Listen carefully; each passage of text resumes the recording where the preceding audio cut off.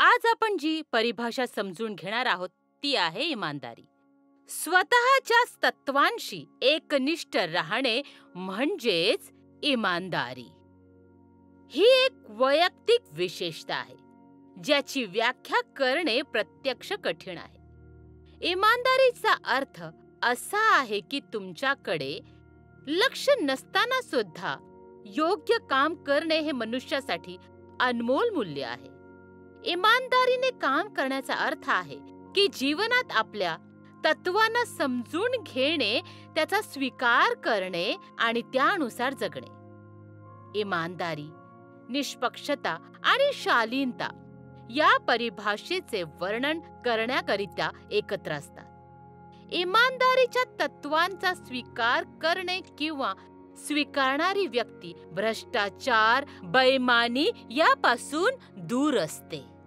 इमानदारीने काम करण्यासाठी नैतिक साहसाची आवश्यकता असते आणि म्हणूनच नैतिकता आणि इमानदारी यांच्यातील संबंध अविश्वसनीयरित्या एकमेकांशी जोडलेला आहे. इमानदार व्यक्तींचा प्रत्येक ठिकाणी सन्मान केला जातो कारण ते नैतिकता आणि नैतिक तत्वांशी एकनिष्ठ असतात. या व्यक्ती सर्वसाधारणपणे इमानदार आणि विश्वासू मानल्या जातात. त्यांच्या बोलण्यावर लोक त्यांच्यावर विश्वास ठेवतात तेव्हाही जेव्हा लोक सार्वजनिक विचारपूस अथवा अन्वेषणाधीन नसतात. ते आपल्या तत्वांचे आणि सिद्धांताचे पालन करतात. कुणाच्या नजरेआड सुद्धा ते नेहमी योग्य काम करत असतात. ते विनम्र असतात, इमानदार असतात आणि इतरांच्या वेळेचे महत्त्व जाणतात आणि त्यांचा सन्मान करतात. व्यक्तिशः इमानदारी एक महत्त्वपूर्ण जीवन कौशल्य आहे जे कुणीही मापू शकत नाही. तुलसी गौडा हे कर्नाटक राज्याचे होन्नाली तालुक्याचे एक भारतीय पर्यावरणवादी आहेत. त्यांनी 30,000 पेक्षा जास्त झाडे लावली आहेत आणि वन विभागाच्या रोपवाटिकाचा सांभाळ सुद्धा करतात. भारत सरकार आणि इतर संघटनांनी त्यांच्या कामानिमित्त त्यांना पद्मश्री पुरस्काराने सन्मानित केले आहे. तुलसी गौडांना झाडे, झुडपे आणि औषधी वनस्पतीच्या विविध प्रजातींच्या विशाल ज्ञानासाठी जंगलाचा विश्वकोश तज्ञ असे संबोधले जाते. कुठलेही औपचारिक शिक्षण न घेता सुद्धा पद्मश्री आणि जंगलाचा विश्वकोश तज्ञ तुलसी गौडांनी 40,000 पेक्षा जास्त झाडे लावली आहेत जेणेकरून निसर्ग जिवंत राहावा.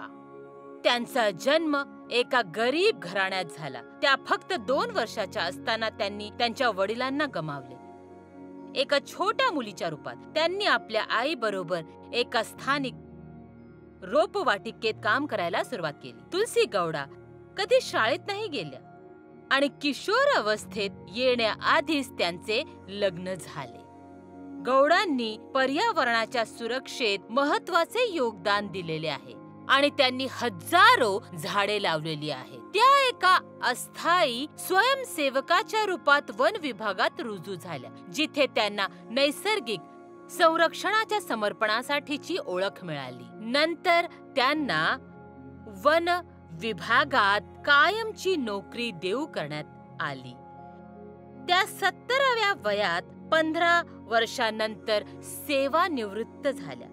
त्यांना धारवाडच्या कृषी विश्वविद्यालयाद्वारे डॉक्टरेट ही मानद पदवी सुद्धा देण्यात आली. प्रत्येक गोष्टीला बघा आणि त्यांची इत्याभूत माहिती घ्या. काही MCQs दिले गेले आहेत, त्यांचा वापर करा आणि निश्चित रूपात प्रोजेक्ट मध्ये समाविष्ट करा. जे काही तुम्हाला रुचेल ते निवडा आणि दिशानिर्देशांचे पालन करून त्यांना इमानदारीने करा आणि पोर्टलवर सबमिट करा. 2 गोष्टी होतील. एकतर तुम्ही स्वतःकरिता मूल्य आत्मसात कराल आणि अधिक दृढतेने आपल्या जीवनातील मूल्यांना सामील करण्यासाठी प्रेरित व्हाल. आणि दुसरं म्हणजे सर्वोत्कृष्ट प्रोजेक्टसाठी हेमा अवॉर्ड जिंकू शकता आणि त्याही पेक्षा अधिक विश्वविद्यालय क्रेडिट तुम्हाला मनापासून हार्दिक अभिनंदन. नमस्कार तरुणांनो. तर तुम्ही गोष्टी बघितल्या असतील, जाणून घेतलं असेल, समजून घेतल्या असतील की ते काय आहेत आणि का आहेत. आपल्या आजूबाजूला अशी बरीच लोक आहेत आणि तुम्ही 2 गोष्टी पाहिल्या, त्या काय दर्शवतात? इमानदार लोकांना शोधणं खूप कठीण काम असतं. ते खूप इमानदार असतात. तुम्ही त्यातले एक आहात का? तुम्ही जे पाहता, जे बोलता त्यावर कायम आहात? तुम्ही तुमच्या विश्वासावर कायम आहात आणि सहजरित्या दुसऱ्यांच्या प्रभावाने प्रभावित होता? तर ही माणसे कधीही चुकीचे करत नाहीत. तर ही माणसे कधीही सॉरी किंवा माफी मागणार नाहीत. हे व्यक्तिमत्व कामाच्या ठिकाणी खूप महत्वाचे आहे, खास करून जेव्हा एखादी संस्था तुमच्यावर विश्वास ठेवते आणि तुम्हाला नोकरी देते. कदाचित तुम्ही कधी-कधी एका टीम मध्ये किंवा कधी एकटे काम करत असाल. जे काही असेल, तुमचं तत्व एकच आहे. ते तत्व म्हणजे इमानदारी आणि विश्वास. तुम्ही जे काही आहात त्याकरिता नियोक्ता तुमचा सन्मान करेल. जास्तीत जास्त जबाबदारीच्या नोकऱ्या तुमच्यासाठी येतील आणि तुम्ही प्रगती कराल.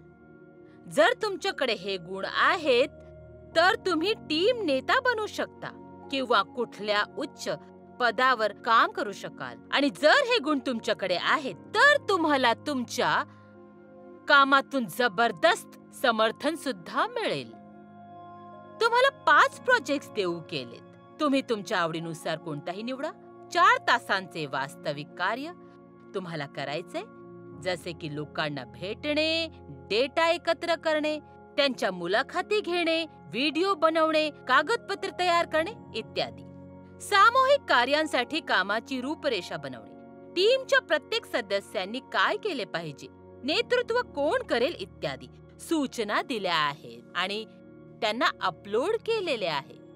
आपल्या महाविद्यालयाच्या प्रभारी शिक्षकांकडून मार्गदर्शन घ्या आणि प्रोजेक्टला सर्वांग पद्धतीने पूर्ण करण्याचा प्रयत्न करा, जेणेकरून त्याचा प्रभाव पडेल. तुमच्याकडे तंत्र आहे, कौशल्य आहेत, तुम्हाला आवड सुद्धा आहे आणि सर्वात महत्त्वाचे म्हणजे तुम्ही चांगले आहात, तुम्ही धाडसी आहात. याचे दस्तऐवजीकरण करा, व्हिडिओ बनवा आणि अपलोड करा. वाट कोणाची पाहताय? पुढे व्हा.